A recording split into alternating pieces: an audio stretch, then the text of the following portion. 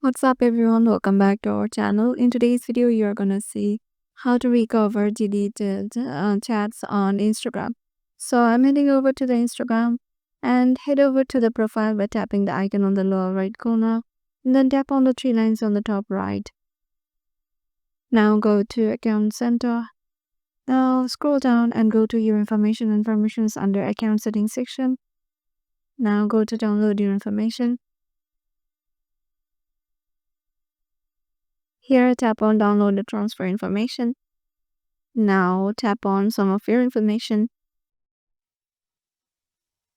Now select what you want to download. I'm selecting messages, tapping on next.